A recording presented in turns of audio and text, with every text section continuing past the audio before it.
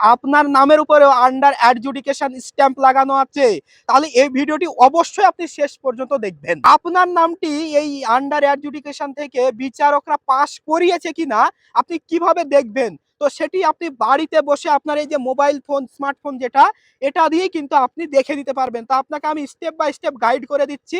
আপনি অবশ্যই চেক করে নিন যে আপনার নামটি আন্ডার অ্যাডজুডিকেশন থেকে উঠেছে কিনা। তো প্রথমে আপনি যেটা করবেন eci.gov.in এই ওয়েবসাইটটিতে ঢুকে পড়বেন। তার উপরে এসে আপনি দেখতে পাবেন যে ভোটার সার্ভিস পোর্টাল বলে একটা সাইট আছে এবং এখানে ক্লিক করার পরে আপনি রিডাইরেক্ট হয়ে চলে আসবেন এই জায়গায়। এবার এখানে আপনার এপিক নম্বরটি চাইবে। ফার্স্টে আপনি এপিক নম্বরটি দিবেন, যে আমার এপিক নম্বরটি আমি বসিয়ে দিলাম। আমি ওয়েস্ট বেঙ্গল দিয়ে দিলাম। এবার আপনার এখানে ক্যাপচা, তো আমি ক্যাপচাটা বসিয়ে দিচ্ছি। আমি ক্যাপচাটা বসিয়ে দিলাম। এবার আমি সার্চ অপশনে ক্লিক করে দেব।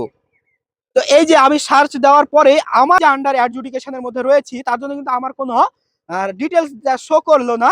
এখানে লেখা হচ্ছে যে ইলেক্টর ইজ আন্ডার অ্যাডজুডিকেশন। আপনার নামটিও যদি আন্ডার অ্যাডজুডিকেশন থেকে বিচারকরা পাস করিয়ে দেয় এবং যদি লিস্টে নামটি উঠে যায়, তাহলে কিন্তু আপনি কিন্তু এখানে দেখতে পাবেন। অবশ্যই মাঝে মধ্যে এটা চেক করতে থাকবেন। তো তার জন্য অবশ্যই ভিডিওটি সেভ করে রাখতে পারেন এবং অবশ্যই শেয়ার করে দিন, যাতে আপনার মতোই যিনি আন্ডার অ্যাডজুডিকেশনের সমস্যার মধ্যে আছে সেও যাতে মাঝে মধ্যে এইভাবে চেক করে নিতে পারে যে তার নামটি আসলেই এই আন্ডার অ্যাডজুডিকেশন থেকে উঠেছে কিনা এবং তার নামটি এখন ফাইনাল লিস্টে যাওয়ার জন্য রেডি কিনা।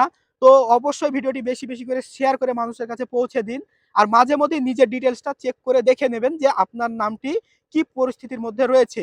আর এইরকমই আরো ইনফরমেটিভ ভিডিও পেতে অবশ্যই আমাকে ফলো করবেন।